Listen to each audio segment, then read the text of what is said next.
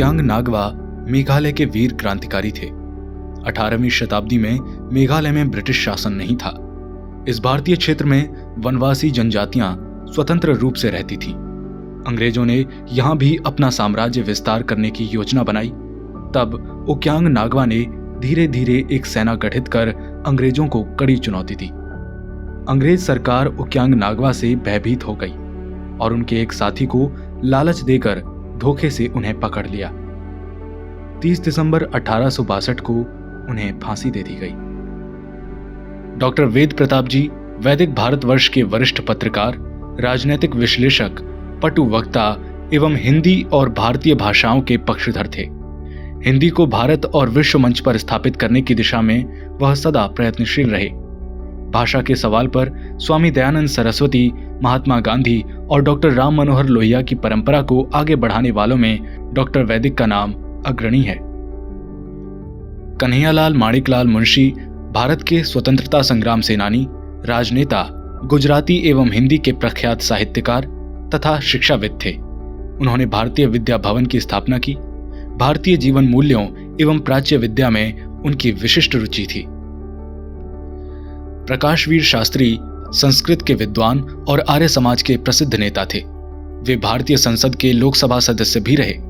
उनका नाम उच्च कोटि के भाषण देने वालों में लिया जाता है। उनके भाषणों में बहुत शक्तिशाली तर्क होते थे, जिससे उनके विरोधी भी उनके प्रशंसक बन जाते थे। आधुनिक युग में कुछ नाम ऐसे हैं जिन्हें बड़ी निर्ममता से भुला दिया गया है। ऐसे ही नामों में एक नाम है आचार्य रघुवीर का।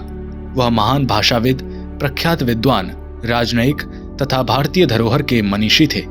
आचार्य रघुवीर ने शब्दकोशों की रचना कर राष्ट्रभाषा हिंदी का शब्द भंडार उन्नत किया। उन्होंने विश्व में, विशेषतः एशिया में फैली हुई भारतीय संस्कृति की खोज कर उसका भी संग्रहण और संरक्षण किया।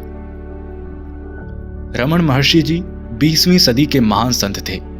उन्होंने तमिलनाडु स्थित पवित्र अरुणाचला पहाड़ी पर गहन साधना की थी। उन्हें केवल भारत में ही नहीं अपितु विदेशों में भी शांत ऋषि के रूप में जाना जाता है। उन्होंने आत्मविचार पर बहुत बल दिया था।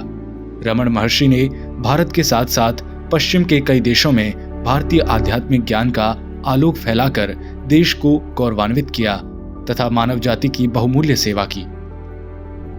विक्रम अम्बालाल साराभाई भारत के महान अंतरिक्ष वैज्ञानिक थे। उन्हें भारतीय अंतरिक्ष कार्यक्रम का पितामह कहा जाता है। उनमें वैज्ञानिक, प्रवर्तक, उद्योगपति तथा दिव्य दर्शन दृष्टा के विरल गुण थे। यह जग प्रसिद्ध है कि वह विक्रम साराभाई ही थे जिन्होंने अंतरिक्ष अनुसंधान के क्षेत्र में भारत को अंतर्राष्ट्रीय मानचित्र पर स्थान दिलाया। उनकी सबसे महत्वपूर्ण विशेषता यह थी कि वे एक ऐसे उच्च कोटि के व्यक्ति थे जिसके मन में दूसरों के प्रति असाधारण सहानुभूति थी। जो भी उनके संपर्क में आता उनसे प्रभावित हुए बिना न रहता।